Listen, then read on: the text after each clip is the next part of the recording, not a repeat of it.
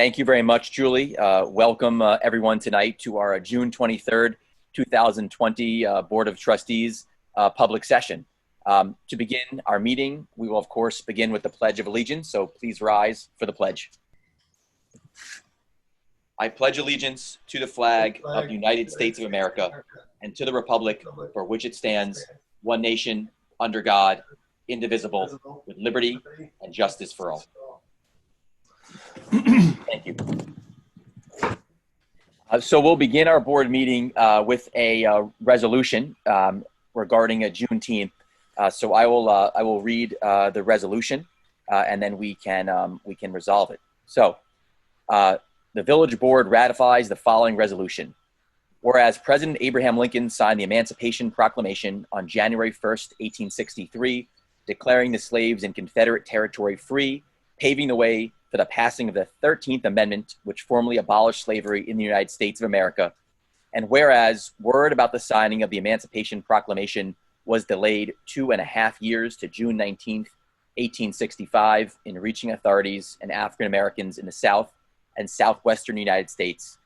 And whereas Emancipation Day observations are held on different days in different states in the South and Southwest and in other parts of the nation. And whereas June 19th has a special meaning to African Americans and is called Juneteenth, combining the words June and 19th, and has been celebrated by the African American community for over 150 years.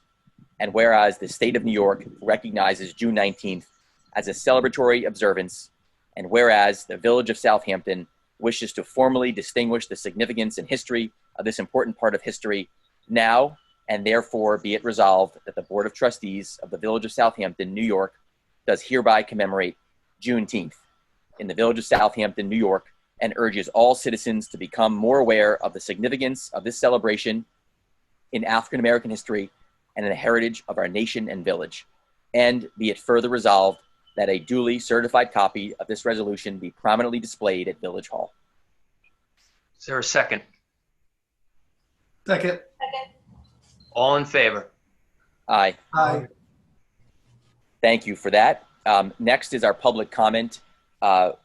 Russell, I don't know if anyone has submitted their public comment. If so, it would be obviously great to read that. If not, we do have one attendee raising a hand. I do not have any written public comment to be read in. Okay. I believe that that Evelyn Conrad is raising her hand and would like to do public comment. Is there a way we can invite her in, Julie? Yes, I'm doing it right now. Thank you. Okay. Evelyn, please unmute.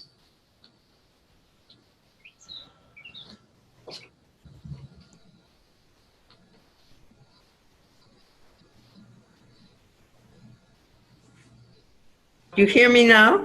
We can. Excellent. Well, I sent a more comprehensive letter to each of the trustees, so it is not a mystery of what I'm talking about. And I'm sorry about Russell, I didn't send it to you. I sent it to Julie, the major question, which is, what are you going to do about the construction sites in the village, which are a danger to neighbors, a danger to children, and are simply not maintained? Every construction site is supposed to have a fence around it to keep out dogs and children in reverse order. And it is supposed to put a tarp over any filled dumpster in their area. And of course, it's the construction company is responsible for hosing down the site continuously. This is a question of a couple of $1,000. They do a circular thing that is attached with a rubber hose to a water thing, and the hose goes around and around.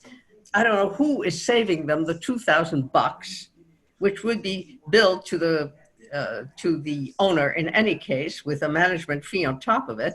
And what is happening, especially in this era of the virus, is that we are getting the construction dust spewed all over the neighborhood lawns and everything else. And that is a danger. When it was just a question of uh, um, the abatement that is supposed to be done for asbestos, that's something you won't even find out about till 30, 40 years from now. Not that that makes it less serious, but perhaps you don't take it as seriously. But this is spewing out construction dust. The guys work there, the construction crews work without a mask, of course. It's hot. Why should they wear a mask? They're in the outdoors. And the dust goes all over the place. I would like to know right now what you plan to do about it, because it is a danger. And the fencing all over the state. Construction sites are fenced in, not in this village. Will you explain to me why? And by the way, I have mentioned this to Kim because I noticed that Jesse had asked Kim for comment. Kim and I met on the jitney coming to Southampton, had lovely words about our ski vacations. And then I mentioned that our building inspector was doing a crappy job. And she said, my building inspector? Gee, I didn't know it was yours. I thought it was ours. He's paid by our taxes, isn't he? Are we dealing with the My Generals era? So please, I would like to know what you're planning to do about this. It is a continuing threat to the neighbor's health. Thank you. Thank you, Evelyn. Russell, do you have any updates from the building department as to what we are doing to address this? As Evelyn stated, I did not receive her email, so it's not something that was fresh on my plate. I believe that we, make certain that construction sites are in compliance, but certainly now that I'm aware of it, I will, can report back. I will report back to the board, and I'll report back to Ms. Conrad directly as well. Thank you. Much appreciated, Russell. It looks like we have one more hand raised. It's Jeff Broadleib. So if Jeff, if you'd like to join us, Julie could also bring you in here.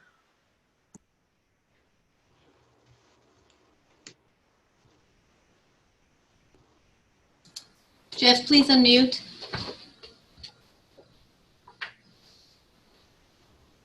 Yep, now you got me. There you go.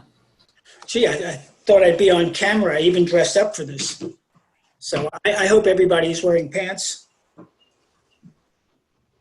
Richie's, uh-oh, we lost you. Can you guys still hear me?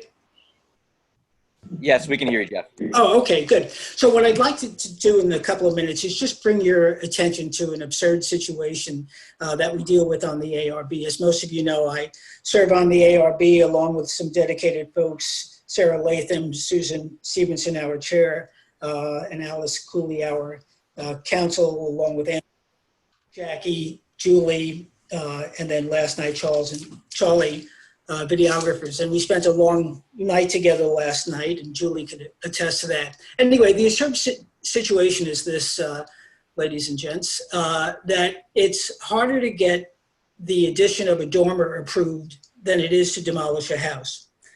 Put the other way, it's easier to tear down a house, even one of historic value or presence in the neighborhood, than it is to improve it.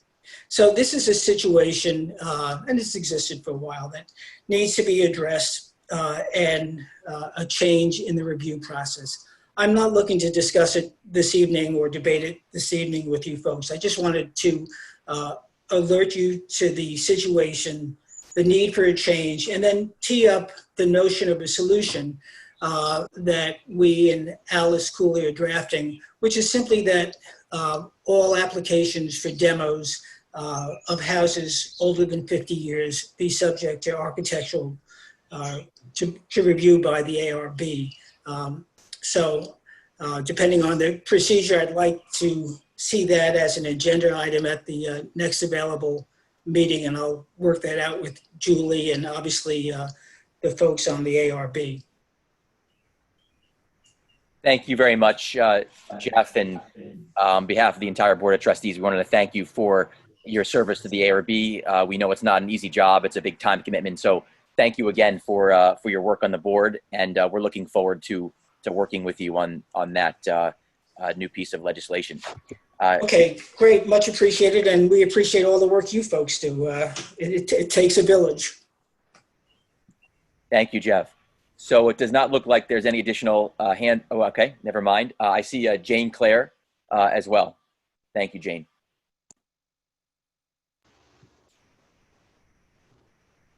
Jane, just need to unmute yourself, please.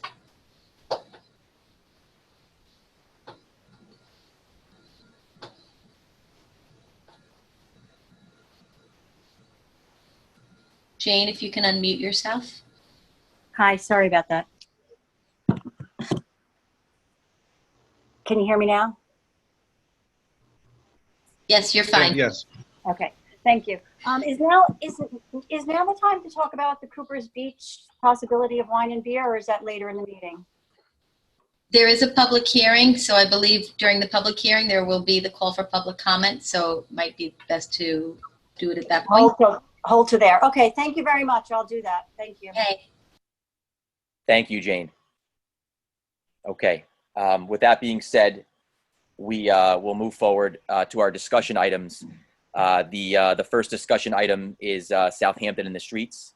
As most of us know, we are all looking forward to closing down Main Street and Job's Lane to pedestrians only. We think it'll be very exciting, a very good opportunity for businesses, for restaurants, for outdoor seating, and really to help our local businesses and to help our community.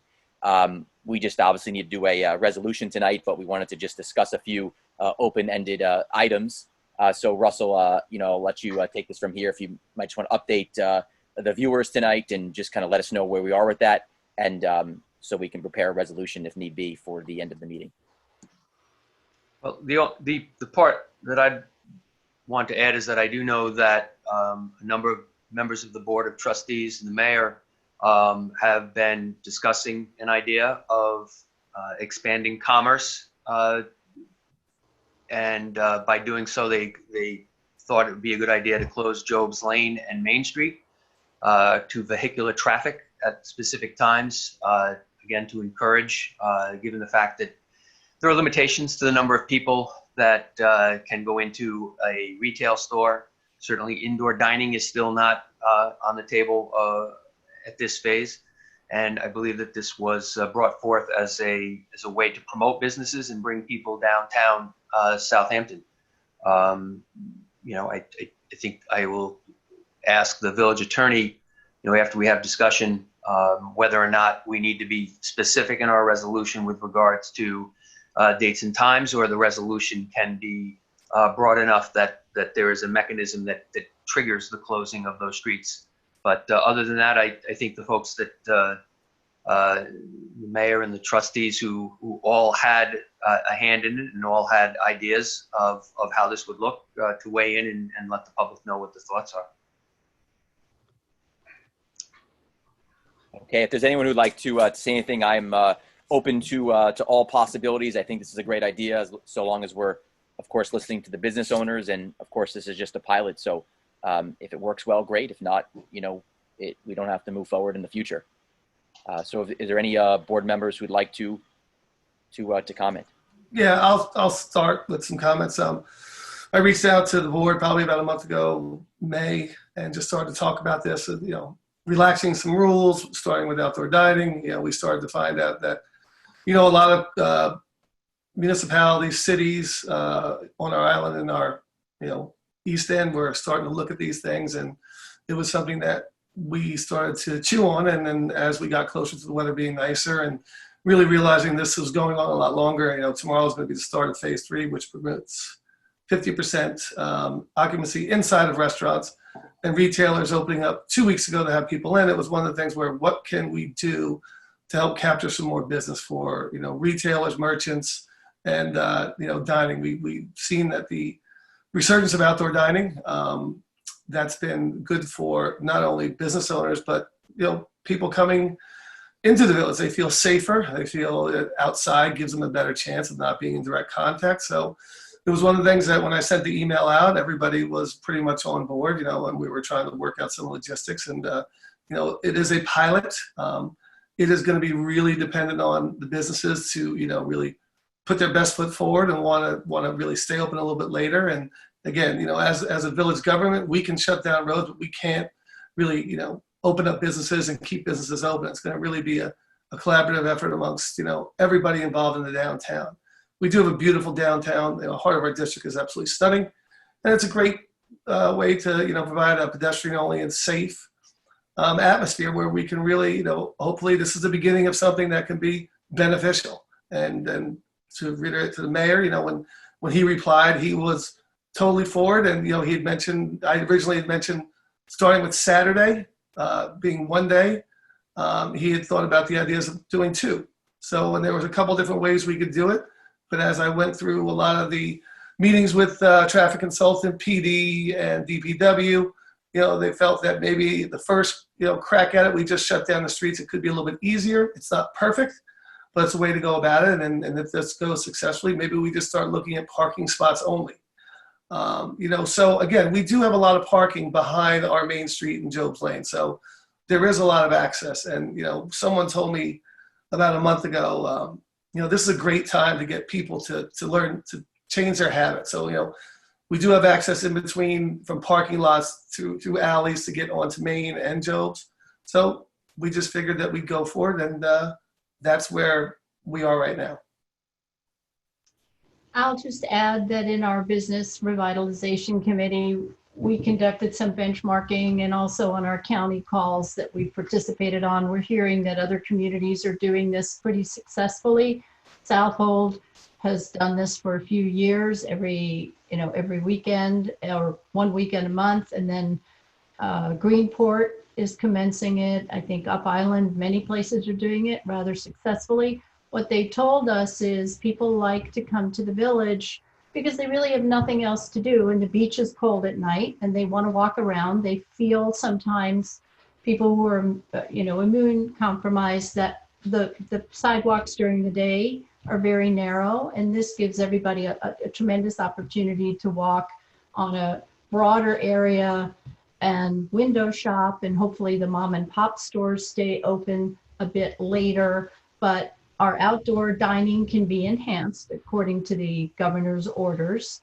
And in addition to that, we were thinking of spicing it up a bit with having, a sprinkle of things on each street. A sprinkle because it's not a festival, it's just something to create a nice ambiance for the people who come to the village. As a matter of fact, one of our shop owners who's on our committee said that the line from the ice cream store went all the way out to almost the corner of where Hampton Road meets. So it shows you there's a demand out there.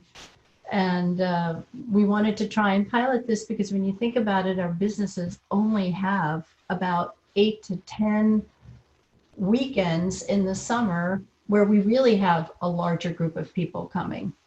So that was part of the thinking. And phase 3 does begin this Wednesday, and it does allow indoor dining to increase up to 50% exclusive of staff. But as Trustee Parrish pointed out, many people still don't feel comfortable being inside. So this is not only a boost to dining and to invite people to the village and window shop and purchase ice cream, but also for our local businesses to stay open later and even showcase their goods on the sidewalk, which they're entitled to do. Great. Thank you, Trustee Allen, for those comments, and thank you for attending, all of the many meetings. Brian, what's the next step here in order to take this from a concept to a reality? So what I would do is, the first thing I would do is I would specify the hours and the days, whether it's a Friday, Saturday, and how many weeks you want to do it, and then what hours you'd want to do it for, and then the areas of closure. The chief pointed out that the village code gives him the ability to close the roads on your direction. So if you just specify what intersections to close, but I would do what hours, what days, and what areas you want closed as part of the resolution. Can I just ask what exactly, just for clarity, so we are doing both evenings, and what exactly are we shutting down so the public knows? Closing down it's not shutting it down, it's shutting it down through vehicular traffic. So what exactly are we proposing? Rich, we basically could do Friday or Saturday night or both. Ideally, when speaking to the business owners and the art center who said they're only prepared to do one night, personally, I love both, but I also think if we really wanted to maximize it, I think doing it on Saturday night would be the way to go. This way we can have all of the business owners, put all of their efforts into one night. We can do the pilot on Saturday. If it works well, we can do it 2 nights, 3 nights, every night if need be. But I would love to be able to, pilot this out and do it on Saturday night and have all the business owners put all their energies and efforts and give them 1 extra day of time to prepare. But if the board really thinks that we want to stretch it and do 2, I'm also open to that. So it's really open to anything. Ideally, being a business owner myself and speaking to other business owners, having a Saturday night would be ideal. Again, I spoke to Tom, chairperson, at the Art Center, who's running things, and his preference was Saturday. I spoke to Jennifer Miller. She loves Saturday. So again, up to the board. The good thing is we just want to really get this done either way. And I agree. I mean, I defer to the people who have been speaking to the business owners directly, which would be Trustee Allen and Trustee Parrish. If there's anything that either Chief Cummings or Gary Gillespie, DPW Soup, would like to opine on about it in any way, I would like to hear that now if there's anything. I would like this. Go ahead, Kim. Oh, I'm sorry.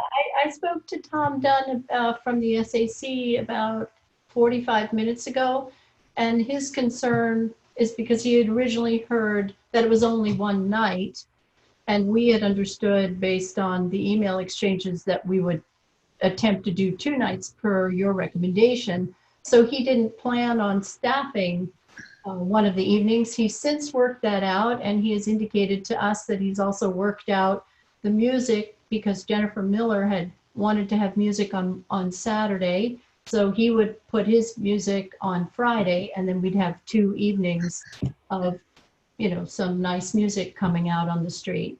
So that's just breaking news. And then in addition, we did poll some of the businesses, and they seem to be favorable for both evenings. We also have a high school graduation Friday afternoon. Rich, you and I spoke about that. And they're going to be, I don't know where that ended up, but we have a lot of high school students with, cap and gowns, and not sure they have places to go. And it might be nice to have a place for them to stroll and take pictures on. Fine with that. Chief, Fine did with you that, get any too. clarity on when about the graduation plans? Not yet. I expect to hear tomorrow.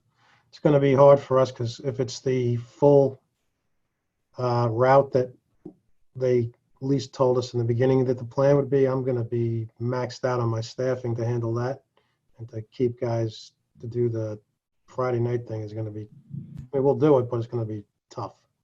Saturday would be better for us this week. Friday is possible, stretching it, but it'd be easier if the high school parade does not go through the village downtown. Is that correct? Yeah, we need less people so we could do the Friday night road closure easier. What time is that planned, Chief Cummings?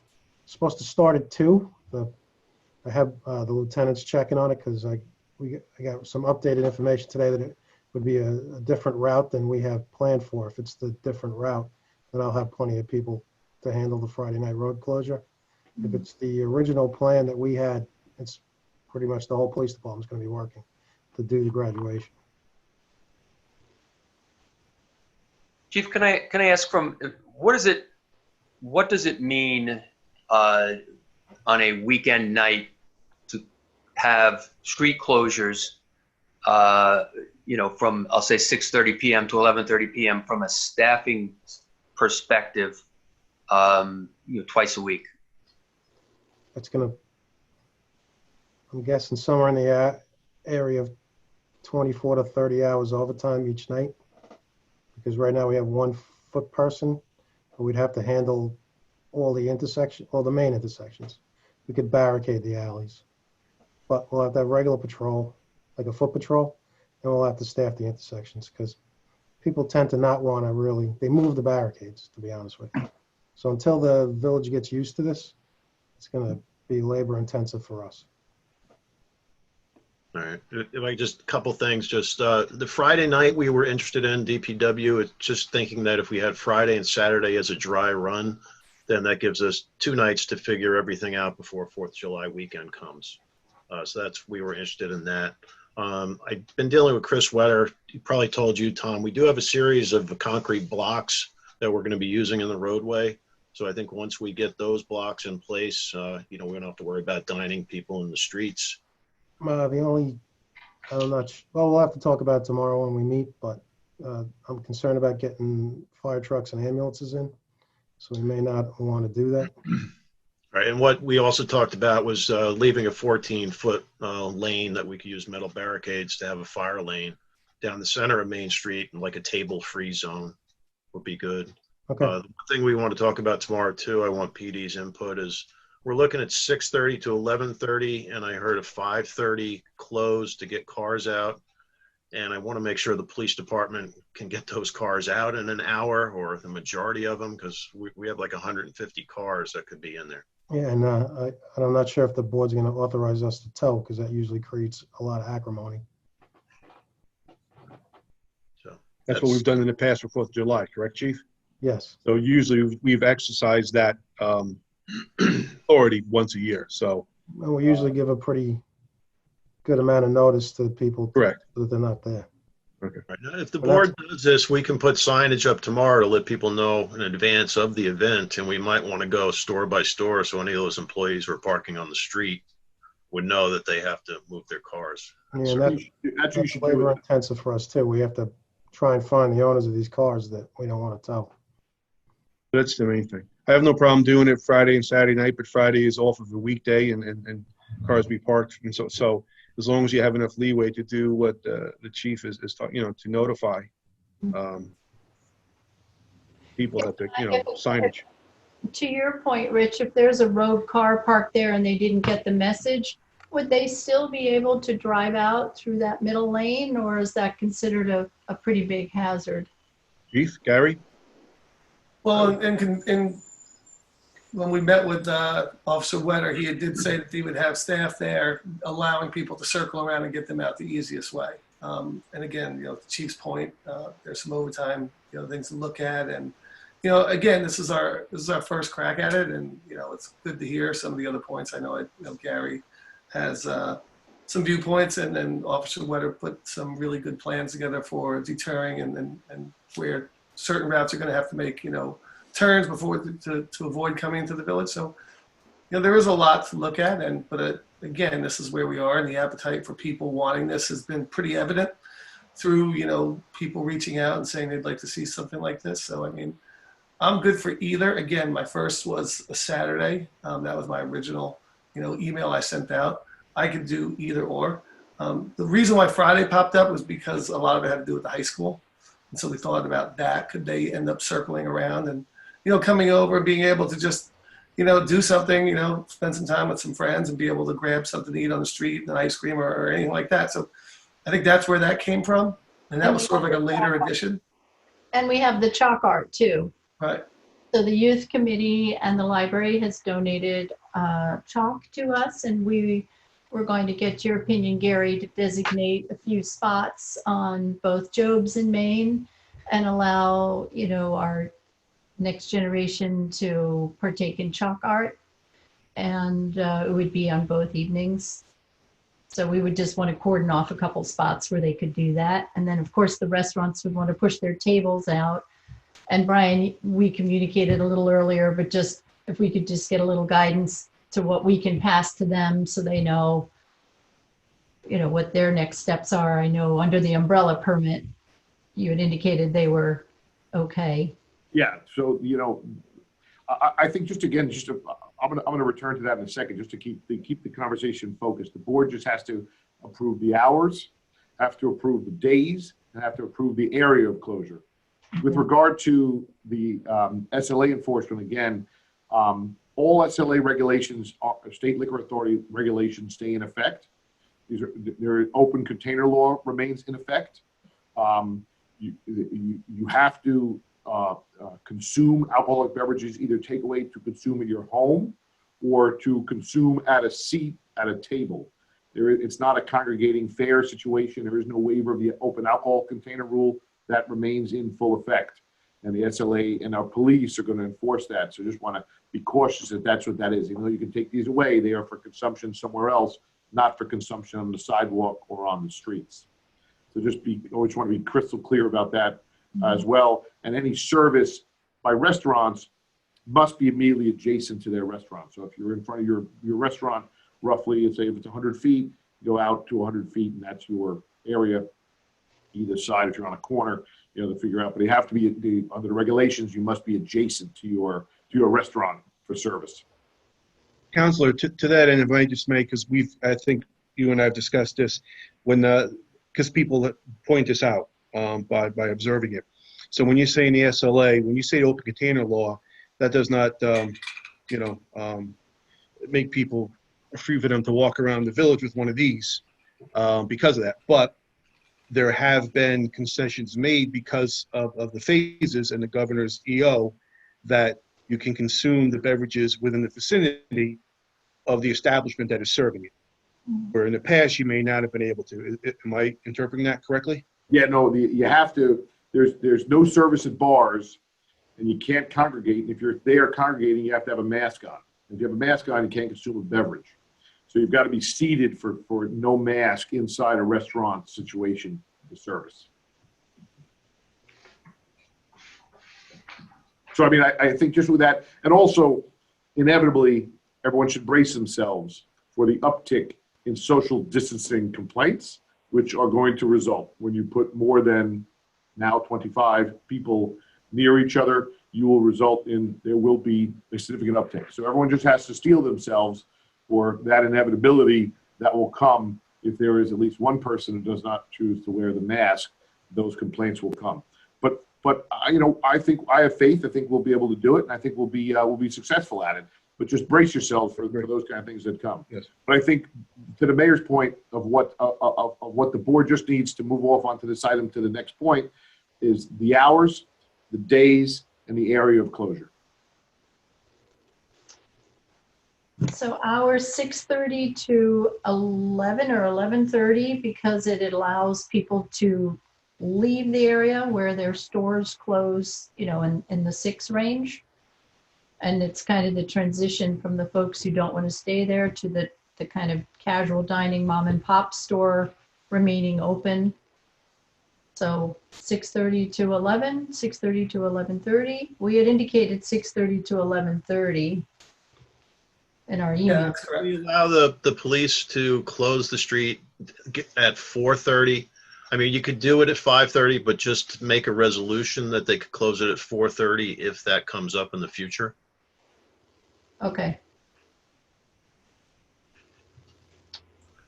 Gary, I would actually say that, we obviously want to pilot this for the evening, but I do know it would probably disrupt some of the businesses who have a lot of business on Saturday night at 4:30. So that would be a concern. The business interruption to the non-restaurants in the evening. So the later we could, get going on that, the better. I wouldn't want to disrupt, the many merchants who are just trying to make it back from being closed for 3.5 months and losing Saturday, which is usually the best day of the week for businesses. All right, and I understand that. Just saying that we give the police a little more broad authority, time-wise, and we still say they close everything at 5:30. But if it comes up, you don't want to pass another resolution in the future that you want to do it at 5, or that's all I'm saying. Yeah. No, I think that, we do 5:30 as, notice that out. And I guess, Gary, you can put signs, and we had spoken about that out and really started to notice that out. But generally, we all felt, and really for the merchants, is that, we don't want to stop very much during the day right now because they are still trying to recover and trying to get that. And, by about then, I feel we'd have another, let's say people that want to come into town and start walking around and with beautiful weather, and then, want to sit down and the table on the street and grab something to eat and just continue to walk, look at some of the, stores, purchase things, and just, really just have a nice relaxing time. And by 11:30, I think that is a good time to end it down. And, it's about a 5-hour swing. So shut it down at 5:30, 6:30 we start. Okay, so let's wrap this up. Let's just say, I guess for now then, Saturday we'll get going and closing at 5:30. We'll get started at 6:30. See how it goes. If it goes well, we'll do it all summer. Okay. So the quick question I have, because I've kind of written a resolution. We're going to start. So what I'm hearing is we're going to start it on this Saturday. I'll look the date up.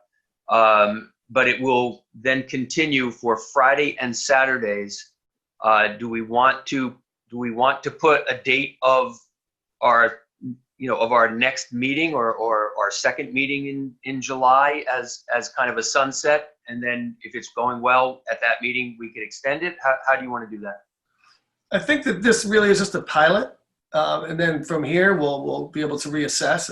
I don't think we're ready to, at least in where I'm sitting, I'm not really ready to say we're going to do it every Saturday. I just thought this weekend would be a good way to start it. And then, we can look at it after that, see how it goes, what the interest was on both sides, businesses as well as, people coming in. And if it's something that it's a beginning of something that could be really positive, and we can do any other day. We can do a Thursday. A lot of municipalities do Thursdays, but I think the idea here is to just do it. Are you intending to do it on 4th of July weekend? And the reason I'm asking that is because you don't have another board meeting until July 9th. Right. As of today, has there been discussion? There's been a few, but nothing's been defined. I don't know what the rest of the board feels. I guess we could pass the resolution, Brian, that would be inclusive of the 4th of July weekend, and the board does not necessarily have to invoke their right to close it. Is that correct? Yep, that's fine. Okay. You authorize them to do it, subject to recall by the board. And then also, what is the area? Main Street and Job's Lane. And where's the cut though, Brian? Counselor, you're asking, so the crosswalk where Sean's is just before Le Chef, that's kind of what we were thinking. That also allows people to pull into that parking lot nicely. There's a number of ADA spots as well. So that will be helpful. That's And fine. As long as Chief's do. on the flip side, Mayor, your store is closest there. Do you think the boundary of Main and Hampton Road? Sounds good to me. Thank you. So those are the boundaries. We just go back to the other end because I want to get Tom's opinion. When I talked to Chris, we were going to close right down, right at the intersection of Hill and Windmill so that the cars couldn't make it through there and get stuck in that little dead end. When we did Across there and put across the monument to the parking lot. when we did Septemberfest, it worked better, Yeah, allowing people to go into O'Connell Drive. yeah. A lot of people use the parking lot behind there, so we have to allow access. Right. We leave that open, but do we put the blockade there where you're just saying across that crosswalk, or do you allow Monument Square to come through the backside by the park and enter and then close at the main intersection? I don't think it makes that much of a difference. If I say O'Connell Drive, that should cover it. Okay. Yeah, we can adjust as we see how things are going. Yep, that's the rough area. Gastropub, to Gastropub be included that way? Yeah, we just have to have access to that parking lot. However, we figure out how to do that. Okay, so that's your resolution. All right, thank you, Brian. So we'll keep on proceeding here. We've got quite a few discussion items and communications to the board and one public hearing tonight. So the next is the mask project. Maybe Russell, you can kind of bring us up to speed on this quickly.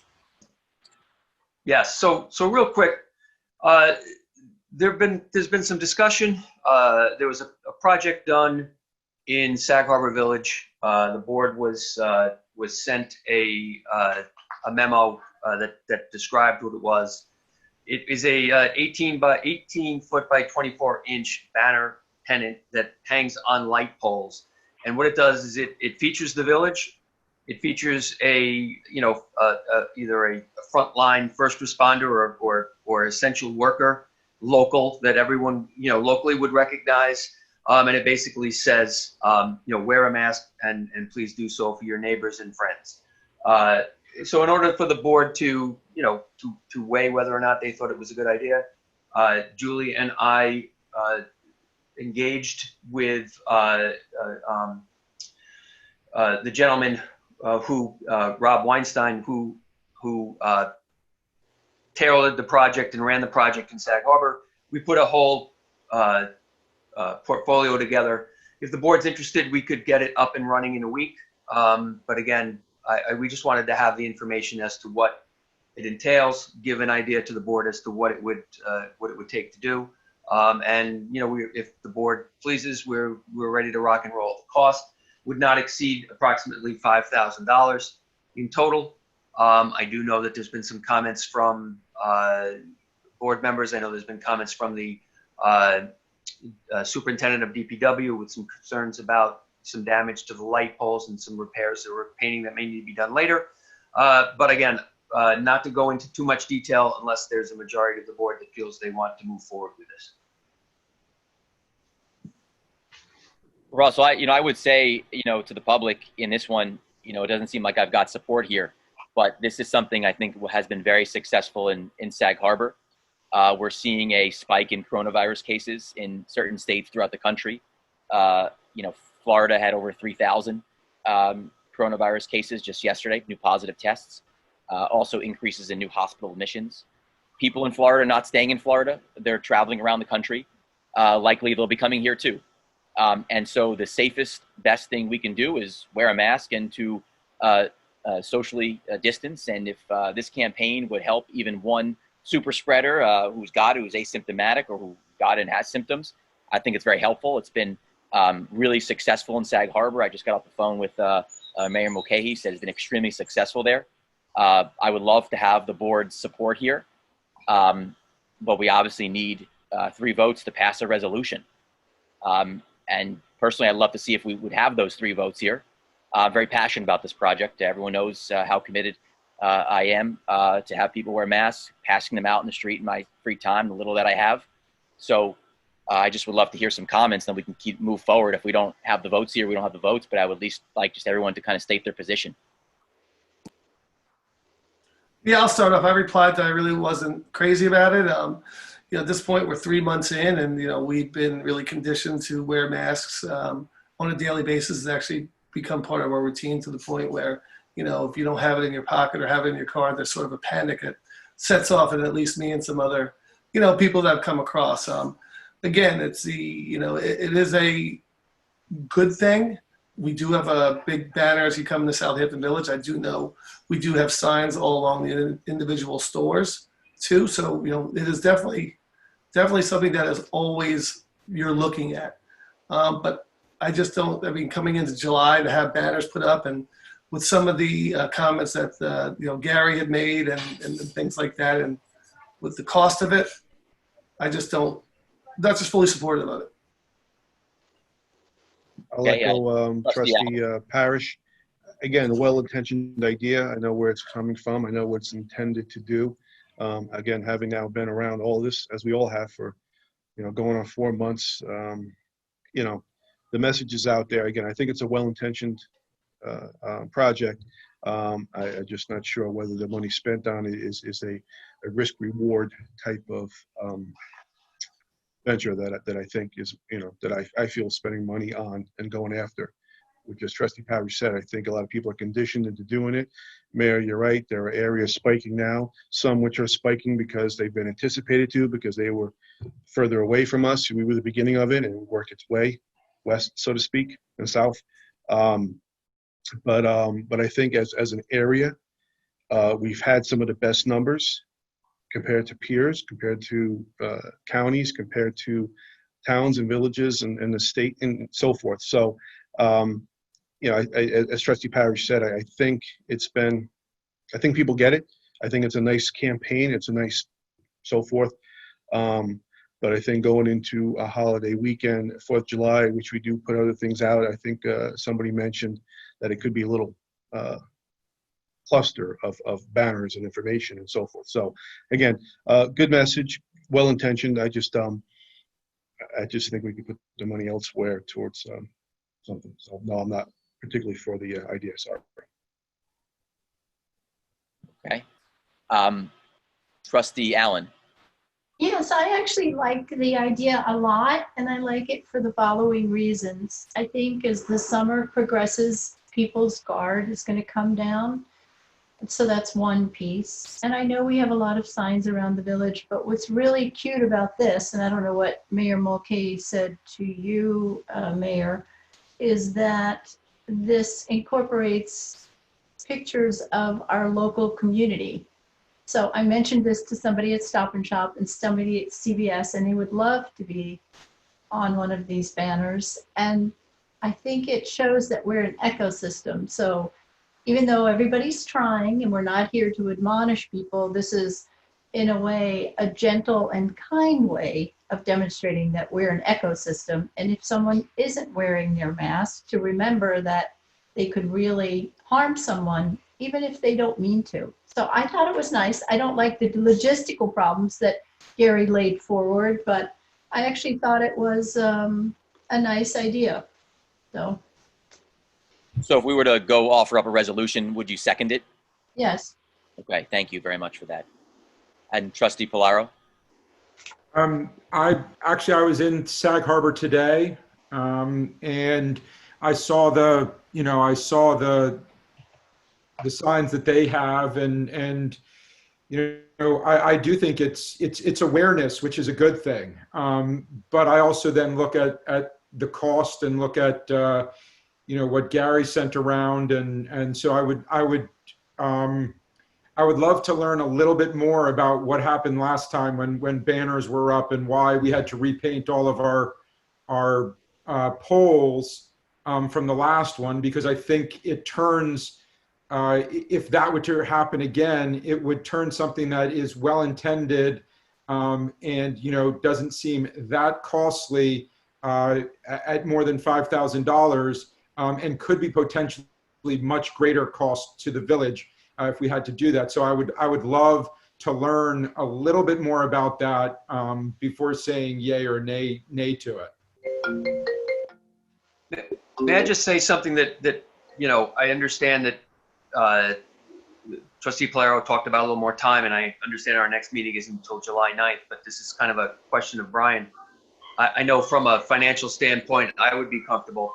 This $5,000 would be coming likely out of an account that that if we had the signatures of 3 board members on a purchase requisition and voucher, it would pass the muster of the Treasury. I don't necessarily know if we need to have a resolution to expend money to put things on a poll. So if it's something that people need a day or two to think about, and it only takes us a week to get up, we could still have them up prior to the 4th of July, and people could have an opportunity to weigh more in, and we could just get 3 signatures on a purchase requisition. So, Russell, if I can just, it is a week for the printing and the installation. Okay. So we need the lead time for scheduling the photographer and actually doing the photo sessions. So Okay. it'll be a bit more than a week. All right. Okay. I think that's a creative solution. I'm fine with that. I think that's a good idea, Russell. If you have the 3 votes. All right, thank you, Russell. I would only add here that Dr. Fauci, just said the next 2 weeks are going to be critical and will essentially make or break what happens as far as whether the state and really the country is successful. So to do something so small, to put up banners that has been so successful in Sag Harbor, that has really had, the lion's share, the large majority of the community loving it, thinking it's so successful. Robert Ross from the hospital talked about how successful it was and how he would support it. We can't wait anymore. This is a great project. It is what it is. We're one board, we're one team here. I'm pushing hard for this. I want that to be publicly known. I understand that some trustees are not in support of this, but I think I'm in. It is. It's again, Russell laid it out a little bit better, Brian. So no, I'm in. Okay. Also, if I may add one more thing, I will work hard tomorrow to see if we can find a couple of sponsors if you're interested. If money's an issue, we can certainly, we have people who enjoy, sponsoring things in this village, we Good idea. could look at that. Okay. All right, There you excellent. go. Okay, perfect. All right, next is the Rogers Mansion exterior renovations, architectural work for grant application. So essentially, when we put together a list of priorities with our at the time one grant writer, one of the items that we were asked to move forward with was exterior renovations to the Rogers Mansion. Gary can probably explain what that means, and so we're queuing up that grant as the deadline is normally in mid-July, maybe a little bit later this year. And in order to do that, we need some architectural drawings. And so the cost on those architectural drawings would be about $3,000 for us to submit. We could include the $3,000 in our ask for the grant, and then pay a portion of later on when the project materializes. But that's really all this is. And if anyone has any questions about what those renovations are, either Gary or others who are involved with the History Museum could weigh in. Thank you, Russell. Next discussion item is the Lake Agawam, New York State DEC Wetlands Pesticide Permit application. Again, this is something that the board, in its joint meeting with the Board of Trustees at the town of Southampton, spoke about, and Gary can speak about what projects these are specifically for. It's very time sensitive. We have had some dialogue. Gary had some dialogue today with Eric Schultz from the trustees. I have started to have some dialogue with the town with regards to the request we had of using some town planning staff if the village is ponying up for most of the expenses here. However, this application is very time sensitive, and there's a need to get it in if we want to put the hydrogen peroxide in a timely fashion prior to the water getting too warm. And so we're looking for the okay from the board to have Nelson Pope and Voorhees.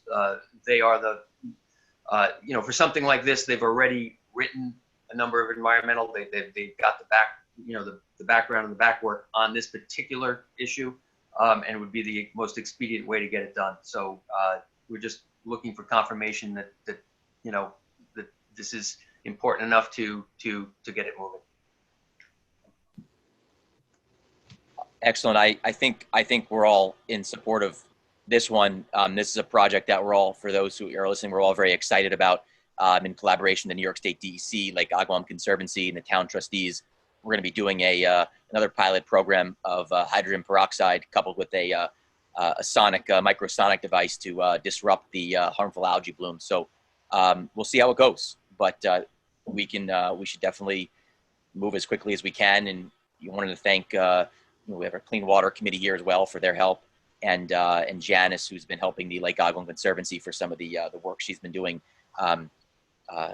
for this permitting application. So Russell and our village trustees, thank you very much for the help here. The next is beach operations and permits to review the temporary rules. Russell, I don't know if you want to take that, or Trustee Parrish, if you'd like to.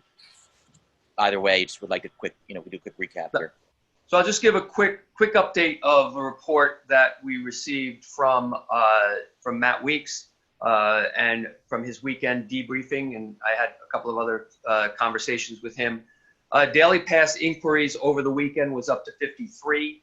The renting of umbrellas, it was a little bit lighter than we thought it would be, only 18 requests.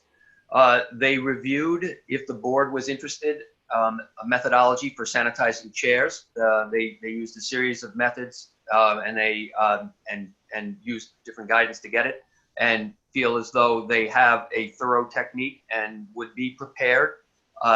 Limit the number that they would do for the first couple of weeks until they really get the technique down and see how it goes. But again, that would be a board decision. And as the board knows, that we passed some temporary rules restricting certain sales of beach passes. We spoke of that it would be through June 26th. The board could just extend that through July 9th. We could look at it again. Some of the areas that we could take into consideration are daily passes. Are there a number of daily passes that we want to sell on certain days? Do we want to sell daily passes on weekdays now that we're open 7 days a week and we really don't have, we don't really come anywhere near capacity on weekdays. And there are a lot of people who take day trips during the week that if they know that they can come and pay for a day pass, we could start with weekdays. Again, expanding the summer visitor pass. We've got a lot of inquiries from people who buy them every year. People who live outside of the fire district and a school district, or people who rent for the summer just outside of the village. A lot of them like to buy daily passes. It does seem like we have capacity, but we may want to wait until after 4th of July to address that one. And I think that's really the only things that I would bring forward.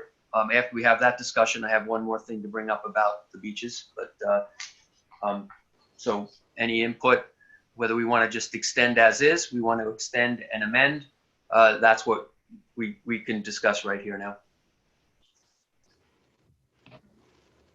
I've gotten a lot of feedback from residents that have been very happy with the capacity at the beaches up until this point. They've actually been very thankful that, they feel pretty good that it's not, being too overrun in their opinion.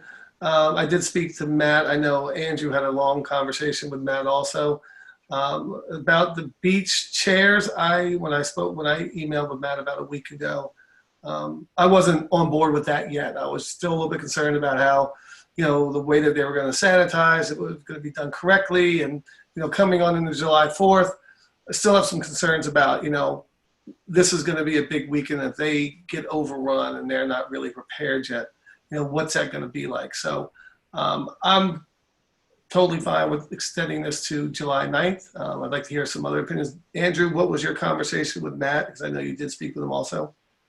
Yeah, I spoke with Matt about chairs, and at the last meeting, we talked, last time I talked to him, he was talking about umbrellas, and they'd be easier to clean because it's just the center pole.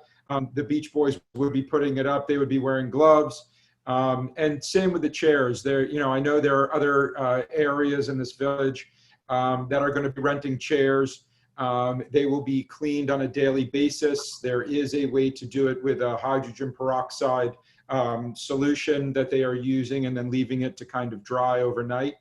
That will protect and clean. So I really, again, as Gary said, one of the things for having the Friday and Saturday for the weekend would be so that you have a dry run so that you can learn from it. I think it would be the same thing. We've had a little bit of a dry run with the umbrellas. I think that it would be fine for them to go ahead and do chairs and just start doing it now. Again, so you have the practice, you have the dry run for doing these things so that when they can get busy, they can understand and the beach attendants will know what to do. And again, it becomes second nature for them. The more you practice, the easier it gets, the better it gets done. It's the same thing, it's the same thing at Mark as or Trustee Parrish, as you said, with masks. You feel bad if you don't have a mask going into the village, if you have forgotten one. It's almost like, all right, I'm going to circle back home and get it, or where can I get one? Because you do see people, doing this or with their shirts or whatever, and you just don't feel comfortable sometimes, walking behind them or beside them, even 6 feet. So yes, the more practice you get, the better it is. So that's with regards to the beach chairs. So did Matt had a recommendation on just doing a limited amount to start, right? Was it about 50? Limited amount to start, and they would be, again, they would be put out for the day, and then collected, and then wiped down every night. It would not be that they would, go out when those people leave. They'd go be picked up, cleaned, and be put back out. It would actually have a process where they would be, sanitized once a day.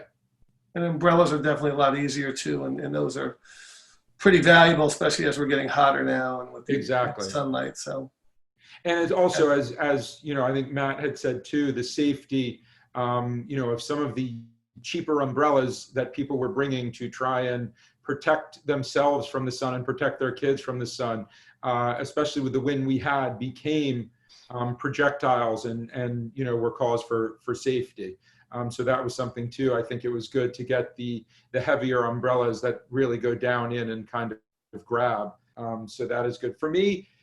With regards to beach and sales of stickers and daily passes, again, I think that as long as we can maintain the capacity restrictions that are put forth from the state, then I don't think it would hurt to really start looking to expand it a little. And maybe, as you know, it was mentioned, daily passes could be during the week for the next little bit, and then maybe expand some of the summer visitor passes as well, for some of the people that, you know, that might buy a second one if they are out here and all of that. So it certainly adds a little bit of revenue to the village, and you know, it could bring more people down to the beaches as well, and get some enjoyment out of it. So I don't have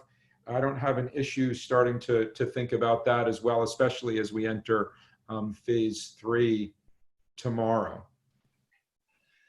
For Russ, can I just clarify? So the question is whether we extend the restrictions that we have or whether we loosen them to allow operations, sales of umbrellas or chairs or what have you, expand on that, and to loosen the restrictions and allow sales of daily and or other beach passes. Is that correct?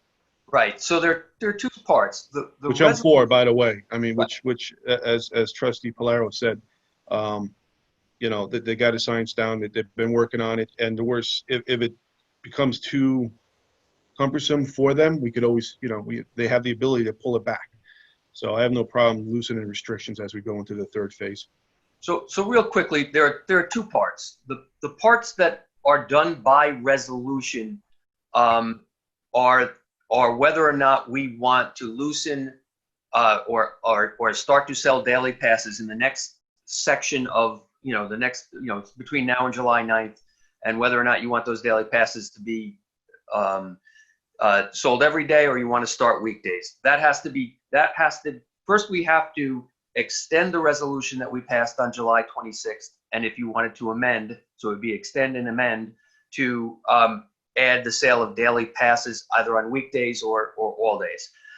The renting of chairs is just something that just simply the board needs to say, just like we did with umbrellas. It was under the practices section of the resolution that could just be changed administratively. And so the two things that we would need to amend the resolution for is if you wanted to expand summer visitor passes and whether or not you wanted to start selling limited number of daily passes. Fine with that. All right, I think we can move on here. By the way, I just wanted to mention that that our beach, we'll call it beach department, it's all in the DPW. You know, Trustee Parrish, Trustee Palau, you guys have done a really good job. So you know, I'm fully behind you. You know, so far it's been phenomenal, getting great feedback. So just wanted to publicly say that. So, and that being said, next discussion item. Again, Mr. Mayor, sorry to interrupt, but I did mention I do need to mention two things. One is they're both very positive. One, all of our lifeguard trainees, 6 of them passed their lifeguard certification, and I just got that news. In doing so, that would mean that they get a change in rate pay. So I'm going to ask to add a resolution at the bottom, at the end of our suggested resolutions to make that adjustment for them. It's not that much, but because they're certified lifeguards, they do move up to the next rank in pay.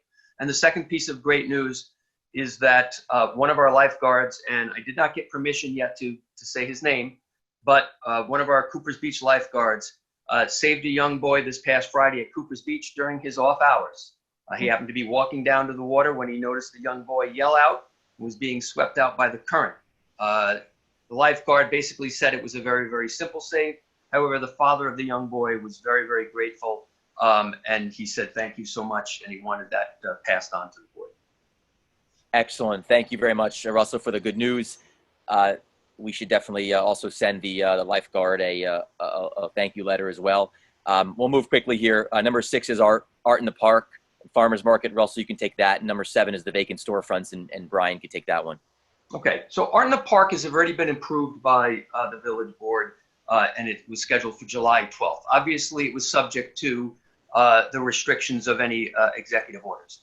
They would like to, and they have a plan of how to do it in conjunction with the farmers market, have social distancing, have the spacing. Art in the Park is not one of the events that gets hordes of people. It's not a festival that brings in hundreds and hundreds. It's a daily thing that it's something that people take a day trip to, walk through, and then go to the various stores.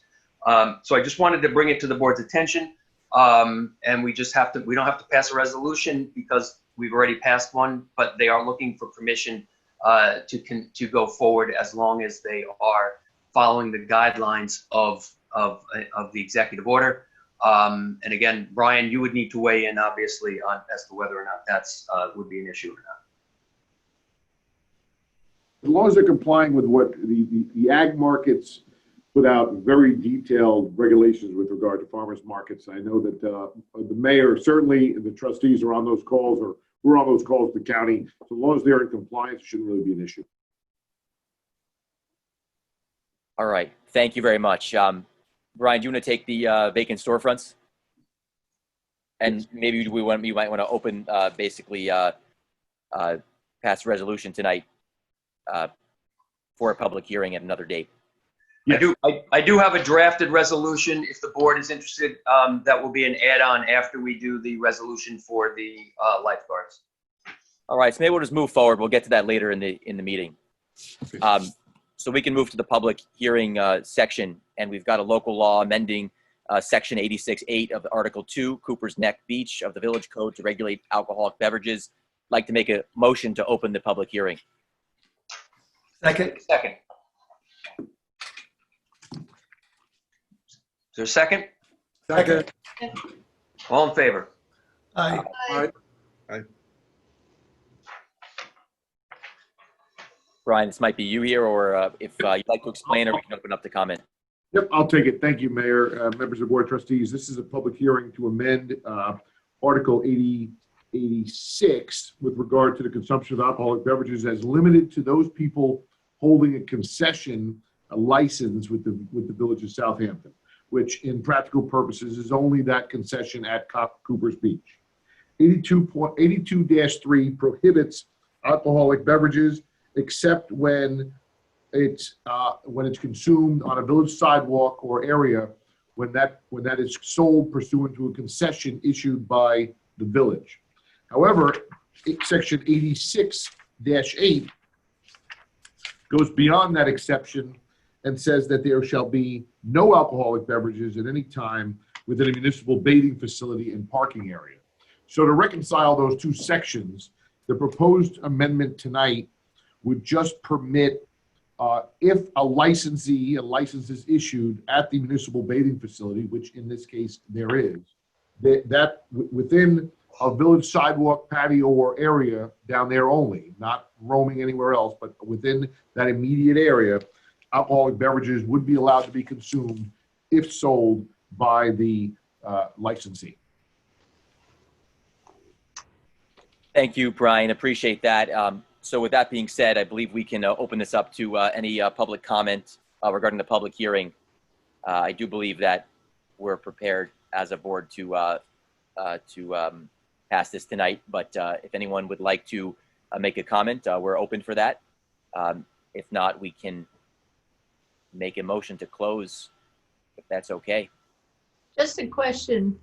Do we know what Mashut and Cupsog are doing? Because they have concession stands with alcohol as well.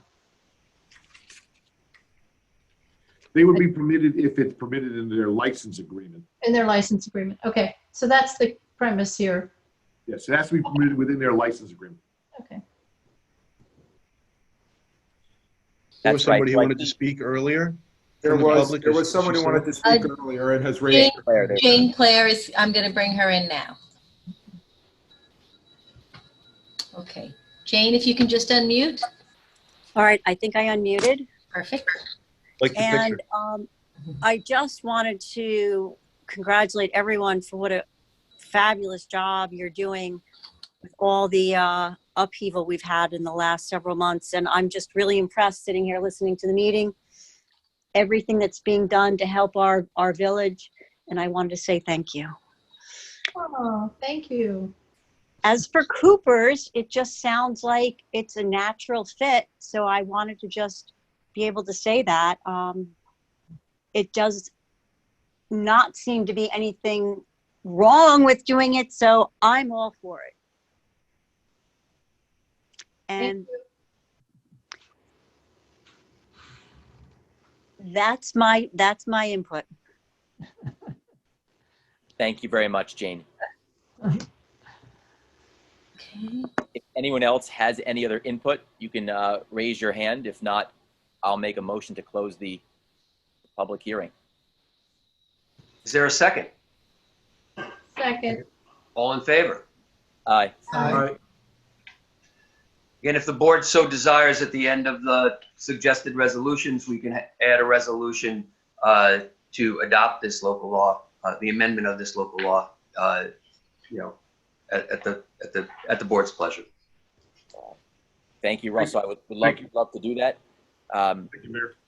Thank you to everybody as well. Okay, we have two communications to the board. Russ, I don't know if you want to quickly run through this. We also could basically post this to the village website, so we can, we could obviously keep this brief. We'll just, make this, communicate this to everyone. They are currently posted to the village website as attachments to tonight's meeting. The first communications is from the Board of Trustees and freeholders of the town.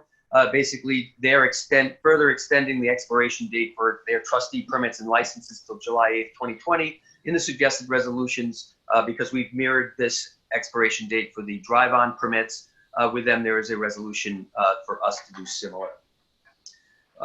The second correspondence is from the co-chairs of the Southampton Village Clean Water Committee.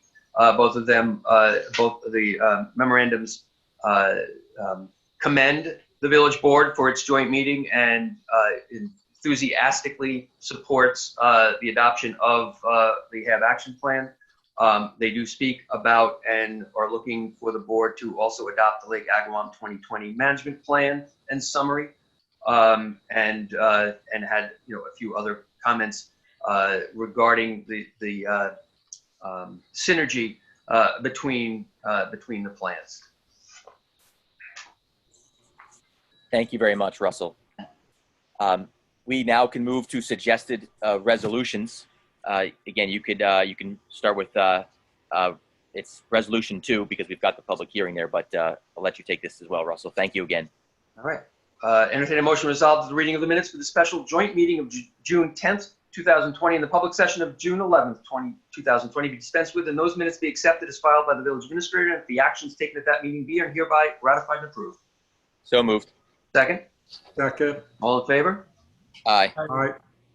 Entertain a motion resolved that the claims and warrants dated June 23rd, 2020, totaling $25,835.44, warrant number 3, general fund of the 1920 fiscal year, and $46,428.34, warrant number 2 of the general fund, $175,890.42, warrant number 1, capital reserve, and $3,000, warrant number 2 of the trust fund, and the village payrolls for the period June 5th, 2020 to June 19th, 2020 be ordered and approved.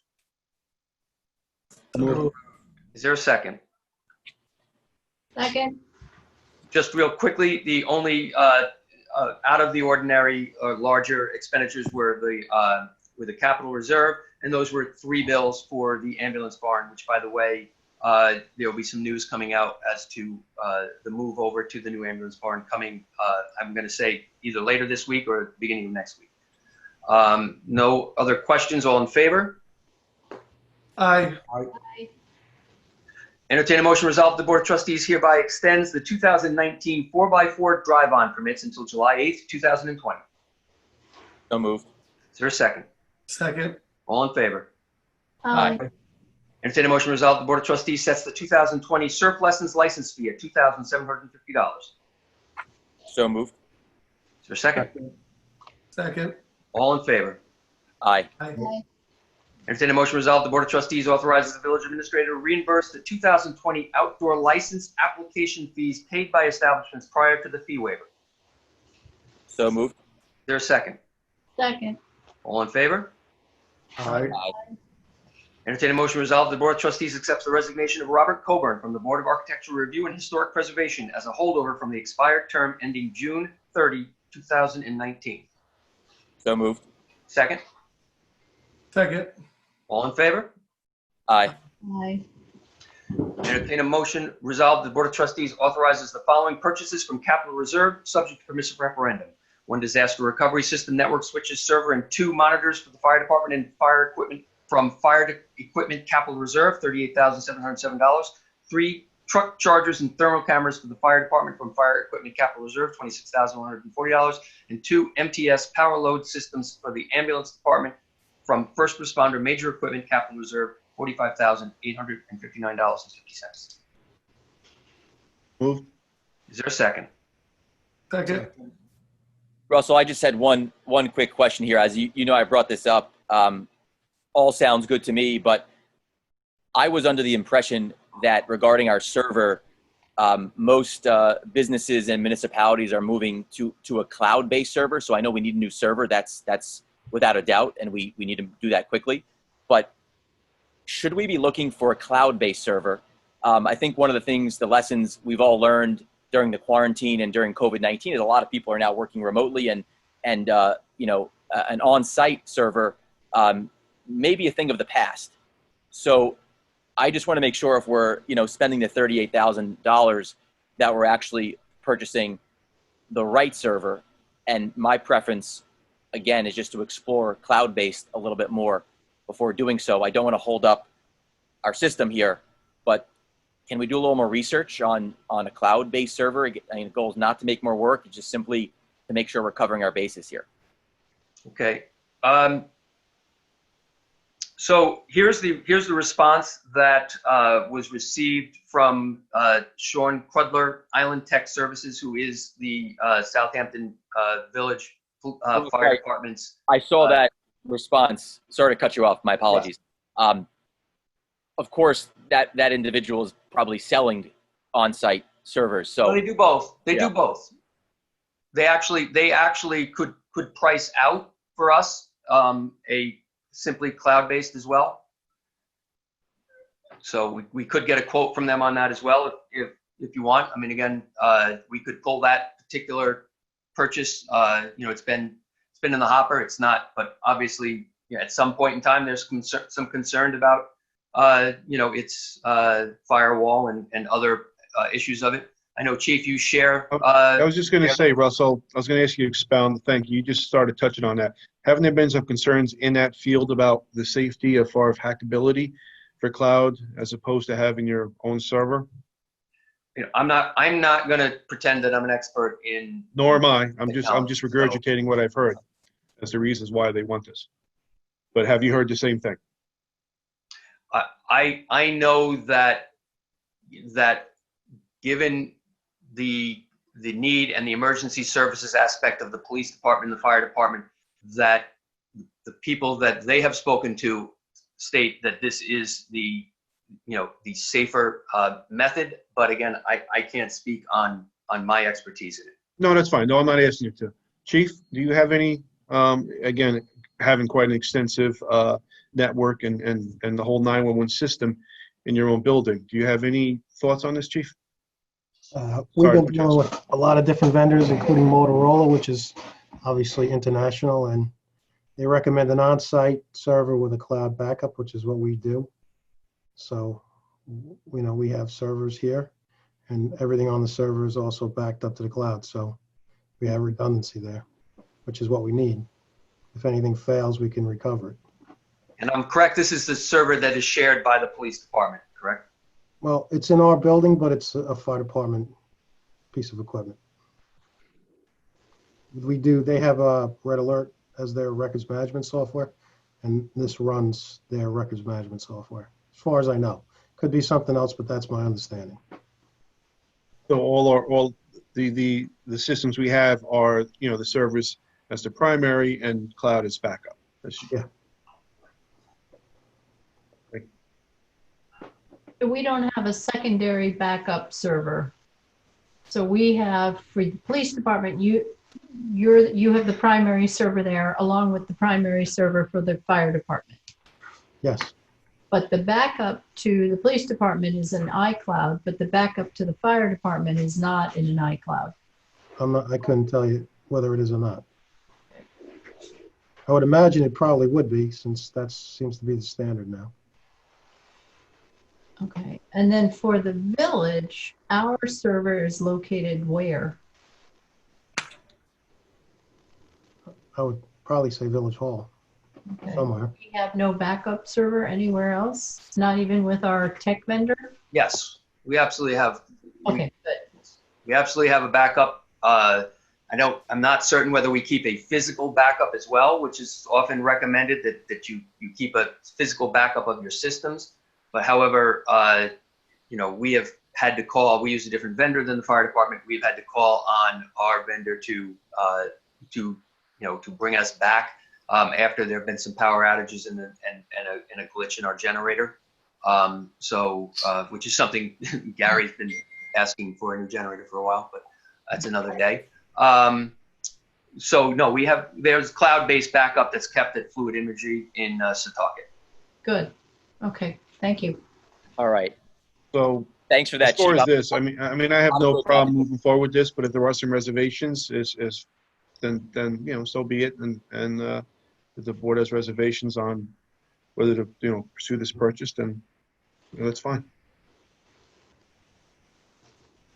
Cloud-based backup is at least what I wanted to know. So thank you for that. I'm good here. Just wanted to kind of get that extra clarity. Just wanted to get a little more information. Thank you. Sorry for holding up the meeting. No, not at all. Thank you. Thank you, Mayor. All right. So we have a motion and a second. Trustee Yastrzemski. Aye. Trustee Allen. Aye. Mayor Warren. Aye. Trustee Parrish. Aye. Trustee Polaro. Aye. Entertain, Mayor Thank Warren. you, guys. Mayor Warren would make a motion and be it resolved that the Board of Trustees approves the appointment of Michael Solomon, acting village justice for a one-year term ending June 30th, 2021. Motion. Second. Okay, I don't know if the village attorney just wants to talk about why we have to do this now. Yeah, so thank you, Russell. The acting village justice terms are very specific under the state village law. Being overly cautious that with the elections adjourning the reorganizational meeting, we want to fill this gap by allowing this, just putting this motion in today. Thank you, Brian. All in favor? Aye. Aye. Mayor Warren puts forth the following appointment and requests a motion. Be it resolved, the Board of Trustees approves the appointment of Peter DeWitt to the Board of Architectural Review and Historic Preservation to fill the June 30, 2019 expired term of Robert Coburn for the term ending June 30th, 2022. Motion. Second. All in favor? Discussion?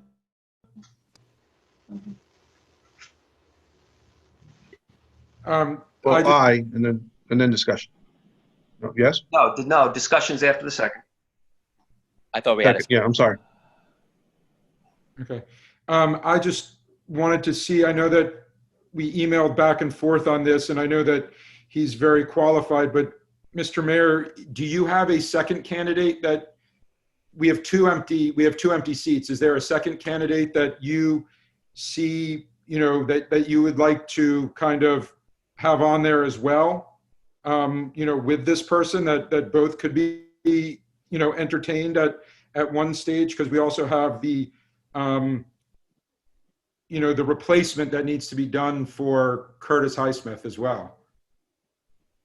The way where we're at right now is the process that Susan Stevenson, who's the chairperson of the board, is doing the interviews, and then that's the first round, and then second round is me. So she is working on the interviews. I'm sure there are definitely candidates that she's considering, but she had asked that we do this appointment simply because we can get a fourth person on the board, and Peter can continue to get up to speed. And it sounds like additional candidates are forthcoming. Are forthcoming. Okay, so the additional candidates are going to be most likely from the pool that she has in her eye that she's looking at right now. That's right. And Russell had put out an advertisement, I believe, in the Southampton Press, and to attract some candidates for the job. Attract some additional ones. A lot of people don't want these jobs because they pay almost nothing and they're very demanding. How many candidates did we get, Russell? Not all the candidates, are coming through the administrator's office because the initial vacancy was a mayor's appointment. The first vacancy is an unexpired term and is a mayoral appointment. So, many of them have gone to the mayor's office. We certainly could coordinate, all of the names if that's what we'd like to do here. Do we think it's sufficient to just have put in that ad in the paper? Do we think we need to make more of an effort to get the word out, or is that? I think there's a lot. I think there's a considerable number, of names that have been out there and so forth. We could, we certainly could. It's been several weeks, and I do know that I do know there's at least 6, I would say.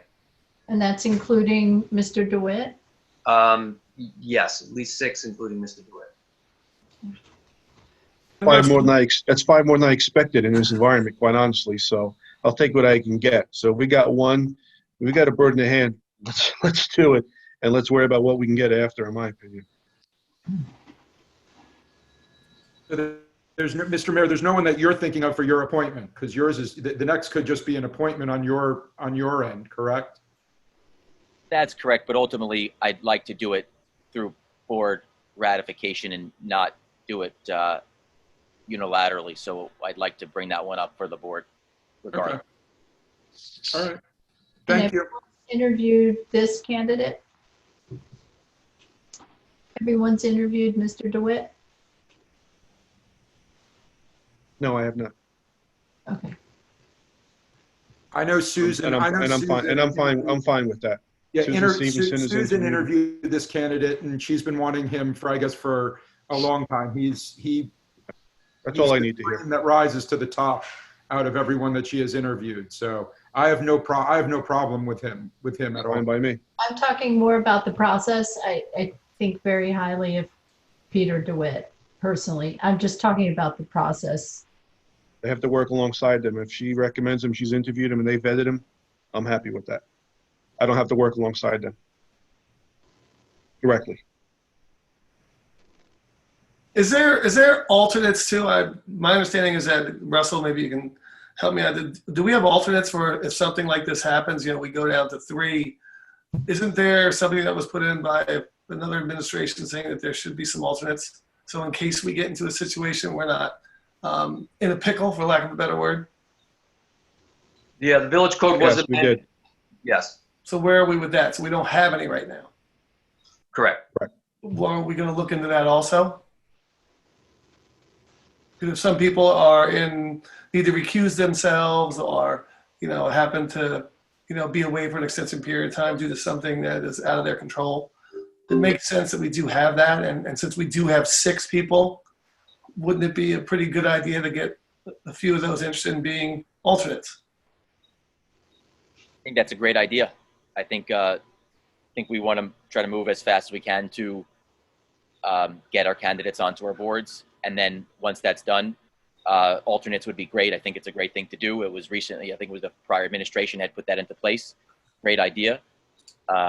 Appreciate you bringing that up and giving us a nice friendly reminder. And I think that's something we definitely should do 100%. So thank you for that. Okay. All in favor? Aye. Aye. Okay. All right. And Russell, sorry to interrupt you. Is this something, the 11th resolution, should we do the whereas, or can we go to the resolved, or maybe that's we're gonna resolve it. Yeah. Thank you. We'll entertain a motion resolved. The Board of Trustees hereby designate itself as lead agency pursuant to the implementing regulations of the State Environmental Quality Review Act with respect to the proposed action as described above, and be it further resolved that this resolution shall take effect immediately. So moved. Is there a second? Second. All in favor? Aye. Aye. Entertain a motion resolved that the Board of Trustees as the lead agency for the action contemplated herein, and further be resolved and hereby determines that the above described project is an unlisted action.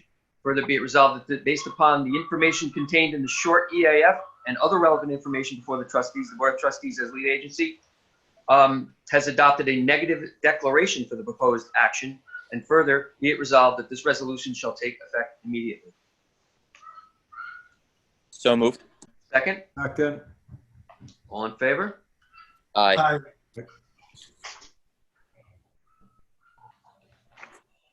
Entertain a motion resolved that the Board of Trustees that the Lake Agawam harmful algal bloom Don't hurt yourself. Thank you. Dated April 2020 is hereby approved and adopted, and be it further resolved that in furtherance of the action plan, the mayor and village administrator are authorized to request and apply for a permit from the New York State Department of Environmental Conservation and any other relevant pursuant to Articles 15 and 24 of the Environmental Conservation Law, and be it further resolved that this resolution takes effect immediately. So moved. Is there a second? Second. Second. All in favor?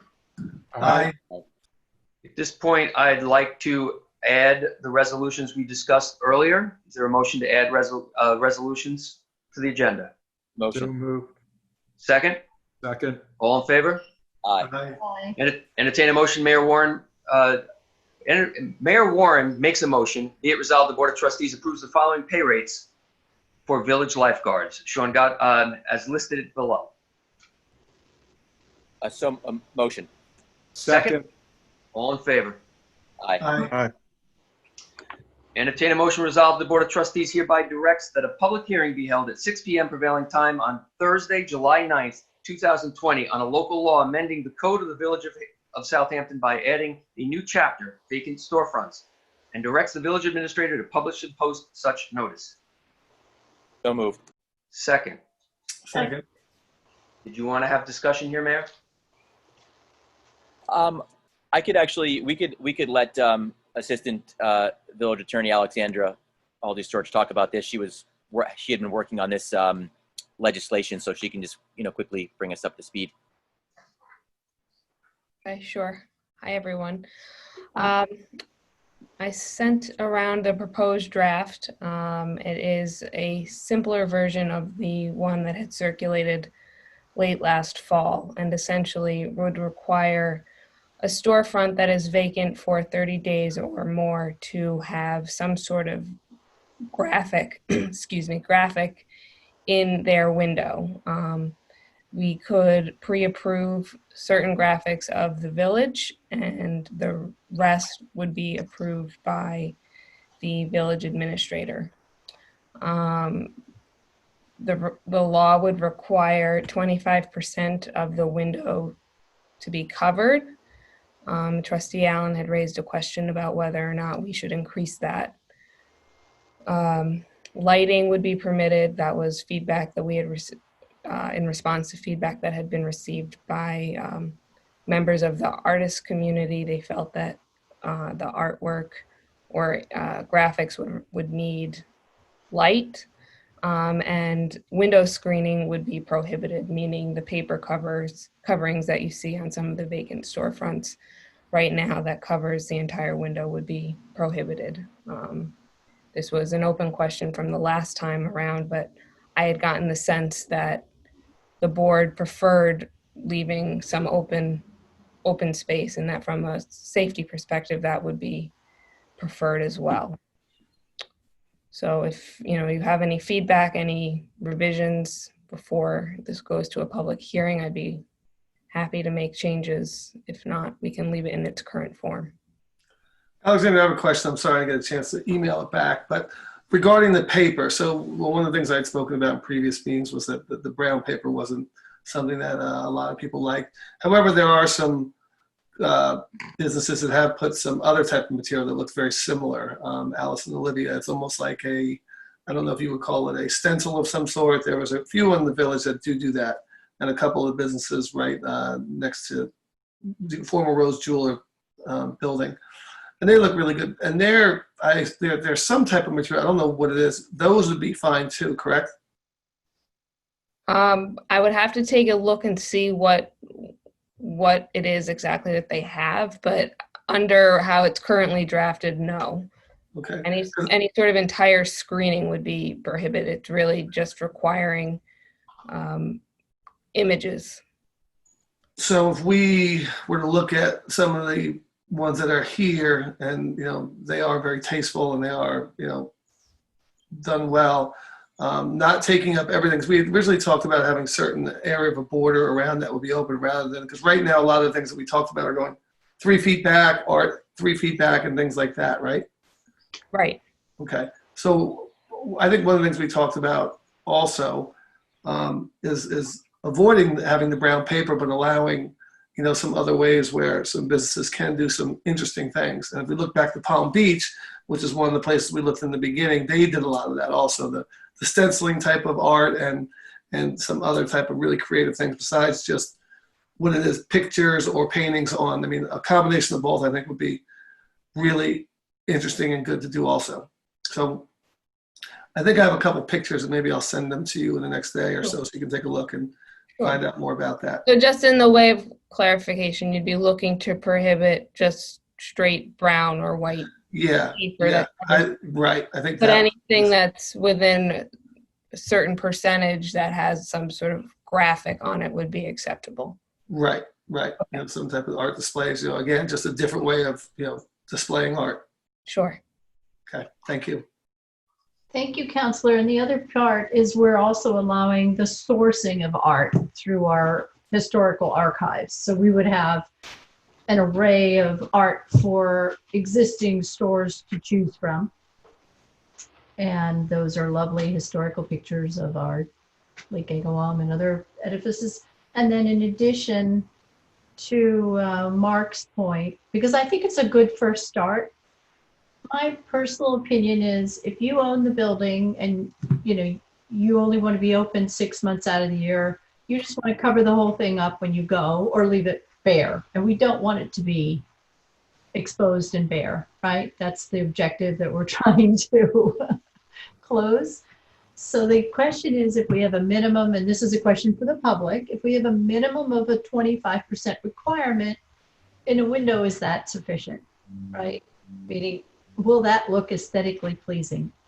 And we've had some tests with the Southampton Arts Association and Mr. Mara around that. And, some of if it can look small is all I'm saying. I mean, it's better than not having anything, but it is small.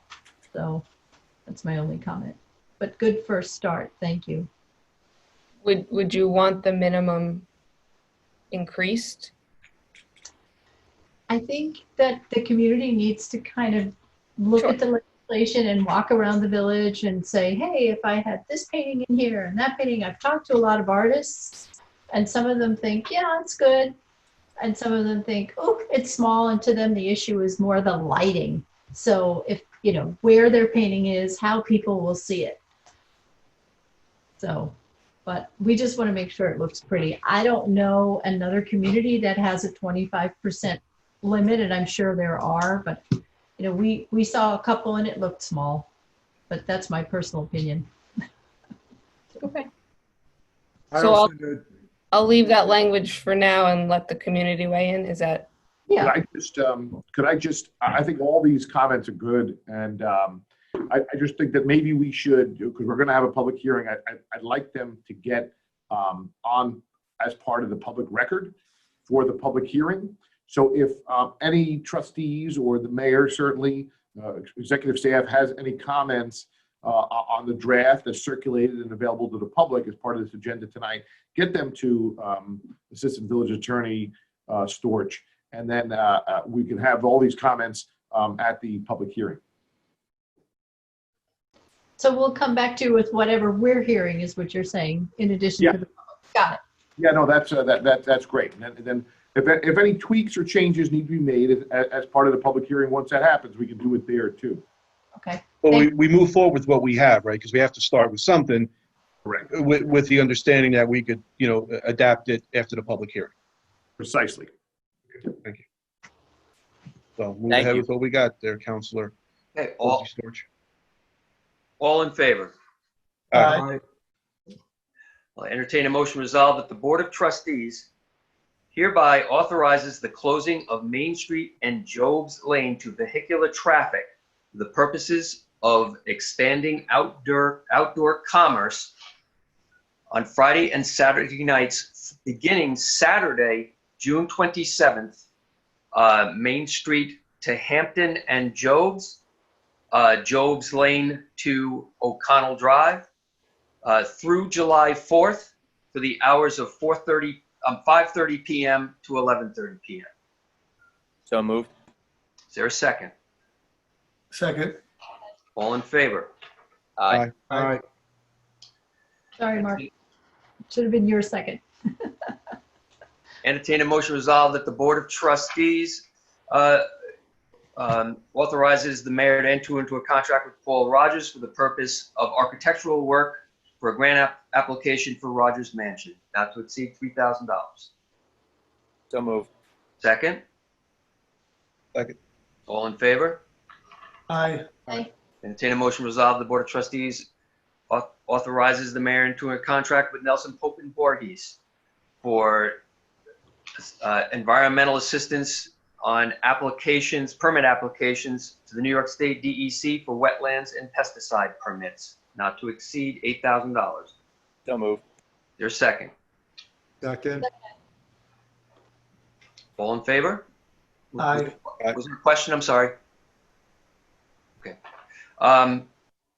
Entertain a motion that the Board of Trustees extends the temporary rules of Cooper's of parking beach restrictions, with the exception of allowing the sale of daily permits on weekdays and the sale of beach chairs. I'm sorry. And the sale of beach chairs, a limited number of beach chairs. Sale or rental? Rental would be the correct way, yes. Good catch. So moved. Is there a second? Second. All in favor? Aye. Brian, you have some competition there. It was a good resolution, Russell. Yeah, I don't know about that. That was excellent. You didn't have enough whereas. All right, entertain a motion that the village board hereby adopts a local law amending section 86-8 of the village code, which shall read as follows. 86-8, all persons who are hereby prohibited at all times from having in their possession or consuming any beer, wine, liquor, or other intoxicating beverage at the municipal bathing facility and parking area, except in accordance with section 82(3)(b, and that this local law be hereby declared as a type 2 action under secret, and that further be it resolved that this resolution shall take effect immediately. So moved. Is there a second? Second. Trustee Yastrzemski. Sure, why not? Aye. Trustee Allen. Aye. Mayor Warren. Aye. Trustee Parrish. Aye. Trustee Polaro. Aye. I think I got them all. All right. Thank you very much, Russell. We now have comments from board members, per usual. Trustee Yastrzemski, you are first. Well, again, it's been pointed out every meeting, going on month 4, very tumultuous times. This board, this mayor has been presented with both a pandemic and social unrest, neither of which I can assure any board has met head on ever, let alone have both of them. Social, perhaps, social unrest. But so I commend again our departments, everybody, Village Hall, everybody's been open back for business, and life is resuming. And I ask people that everyone enter it with a sense of dignity and respect. Again, I always say, know the law and know your rights. And there's we're okay compared to numbers around us, but we're not done yet by no stretch of the imagination. And we're going to continue to have this pandemic hanging over us in some way, shape, or form going forward, no doubt in my mind. And the social unrest, I hope, levels off to some degree, so destruction and animus stops.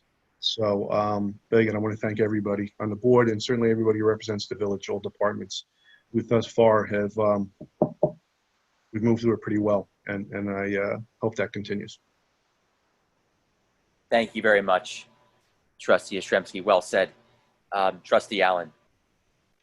Hi, everyone. I hope you're enjoying your start to the summer. On June 21st was our official summer equinox. It's the lightest day of the year. And speaking of light, I attended my first Juneteenth celebration in Agawam Park that commemorates when the Emancipation Proclamation was fully realized and marking the end of slavery. It was a beautiful celebration. We had a wonderful welcome, and Cece Highsmith read the Emancipation Proclamation, and then her mother Tanisha sang beautifully, and then several people spoke, and I learned a lot, and we had dancers and musicians, and it was a perfect morning with inspirational words and music and wonderful food. And of course, I have to thank Nisi Smith again, who led the way. I'm missing a lot of names of people who participated, but it really was a wonderful day and prevented animus, as Trustee Yastrzemski just mentioned. So the holidays that we choose to recognize are a reflection of our values and in our community and society as a whole. So it was a very meaningful event. Thank you so much.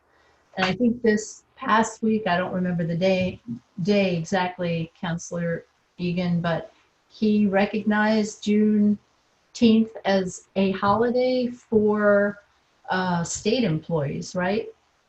Okay, yeah.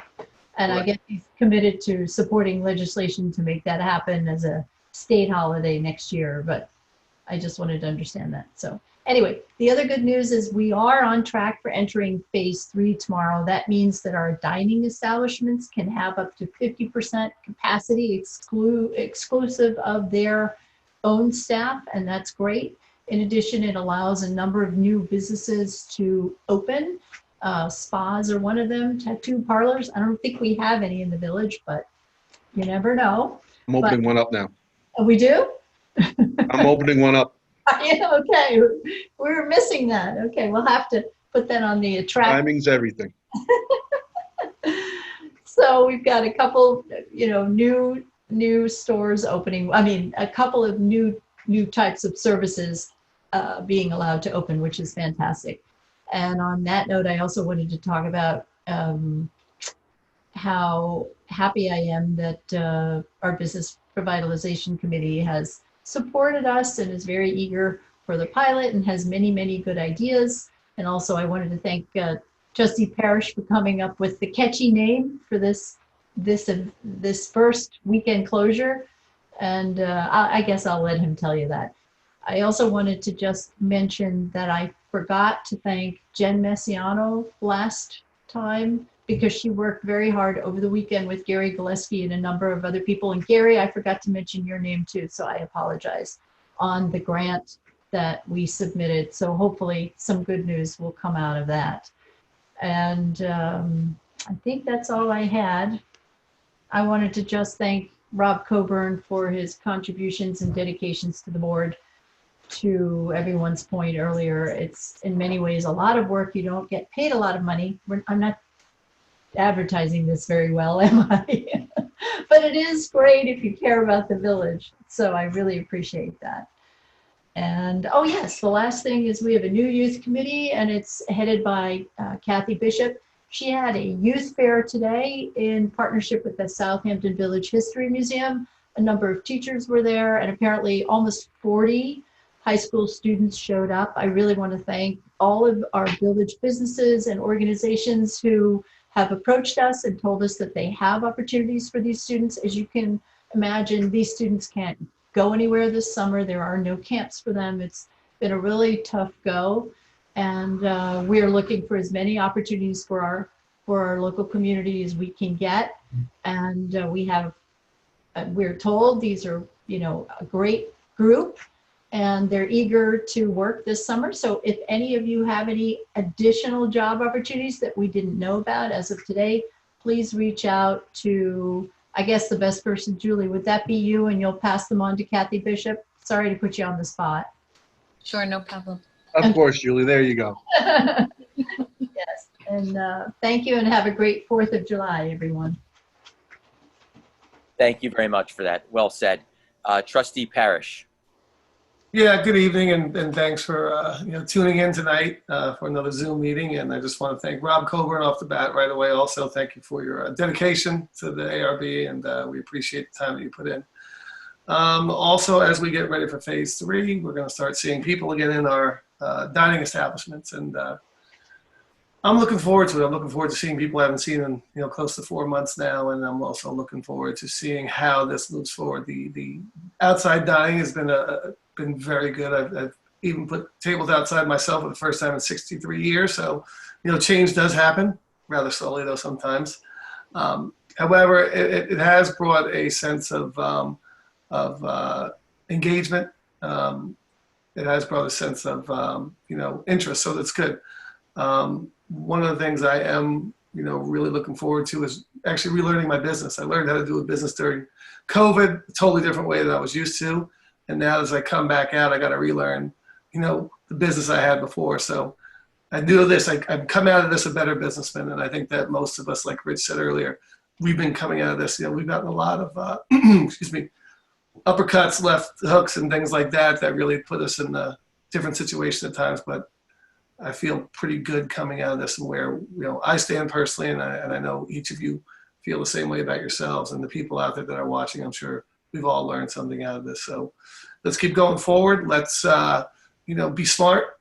And this, first pilot event on Saturday night, let's go for it. I encourage all the businesses to, put your best foot forward, stay open late, engage, and, start to, connect with the people that are on the streets. And, this works out well. It's not going to be perfect, like I said earlier, but it's a beginning. It's a beginning of something that I think that people really want to look at.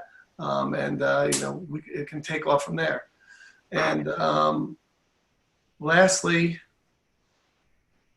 I lost it. The name. What's the catchy name? Oh, Southampton in the streets. Southampton in the streets. Like I took dancing in the streets and I put Southampton in. So it's just a way that, listen, again, we have, in my opinion, the prettiest village downtown, and, let's show it off, and let's get people to, walk around and have some fun and smile. So thank you. Thank you very much. Great name. We like it. So thank you again. Next is Trustee Polaro. Thank you, Mr. Mayor. I know that Russell said we're going to, hear more about the ambulance barn and all of that. I think it was, again, as Trustee Allen said earlier, it was one day last week. I was in town and I saw about 3 ambulances drive past me, not with lights on or anything like that. And I kind of went, ah. And later that day, I was in Stop and Shop getting some groceries for dinner, and I saw the first ambulance come out of the ambulance barn with its lights on and all of that. So it's nice to see that that has moved along, that it seems to be working out. And so congratulations to them and all the hard work that has been done over the years. I know it's not been easy, but I'm glad that that is now in place. Trustee Ostremski said something, know the law, know your rights earlier. And I think that that hit me a little, because I was in Village Hall one day, and there were a couple of people in, and they were doing what they needed to be do, but they weren't really respecting the people in Village Hall. They weren't respecting the workplace. And so, I think that that's very good to know. Know the law, know your rights, know what can and can't be done. And I would just say to all the people that are watching this, respect the people who are working to try and help you. The people in Village Hall don't do things to make your life difficult. They do things because it's the right way of doing them. And there are rules and regulations in place. And so if you respect them, it's much easier for them to do the job that you want them to do without too much of a hassle. So I think it was a little eye-opening for me, I have to say. And hopefully, and in talking to Counselor, I was able to follow what was in the right for our employees. So I'm happy about that. But let's respect people in their workplace. With regards to the art in the park, I'm very glad that will be going forward with the Southampton Art Council, and also knowing that this week the Southampton Art Center will have their sculpture garden in place outside, and so that will be great to be able to go and walk around as well. Camps will start to open up shortly. Day camps will be, so that is good. I know Future Stars at SYS will be opening up soon, so happy about that.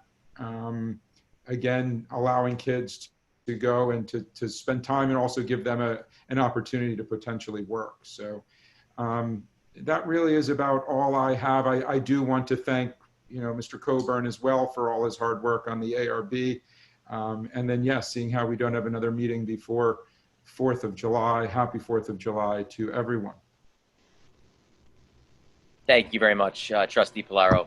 I will try to keep things brief just to wrap our meeting up tonight, but I did want to give a special thank you to Chief Cummings, who's here in the meeting tonight, as well as to our entire Southampton Village Police Department. This past week, we had a peaceful protest, and we had members of our community very inspired, and they were obviously using their First Amendment right. And I wanted to show support, and of course attended the peaceful protest, and I watched our Southampton Village Police Department really show the highest level of professionalism throughout. It couldn't have really gone better. It worked out very well, and I could not have been more impressed by really the level of professionalism. And so I wanted to thank our chief and really every officer involved last Friday night. So thank you again. Also, a quick again, wanted to also thank Rob Coburn, and we're looking forward to working with him and Tom Latham on the Clean Water Committee. We may not have. We should all take a good look at the plan that they put together. They've been putting a lot of work in it, and I'm really excited that Rob now has some extra time to really focus on the Clean Water Committee. So we want to obviously keep the plan updated, and hopefully adopt all updates to that plan in the future. And then also just wanted to thank Alexandra for her work on the window legislation. I think with everything going on with Southampton in the streets, this couldn't be a better time to adopt this local law to really expand the artwork in our community, and I think would add a lot, especially to Job's Lane, which has some vacancies, which towards the end of the street. So wanted to thank Alexandra as well for her hard work. Of course, Brian as well, and also thank Gary Gillespie. Sometimes there is so much to do. You and the department have been working very hard, and a lot of times it goes unnoticed. But wanted to thank Gary as well, of course, Russell, and our board. So with that being said, I'd like to make a motion to adjourn. So Is move. there a second? Second. All in favor? Aye. Good night, everyone. Thank you. You.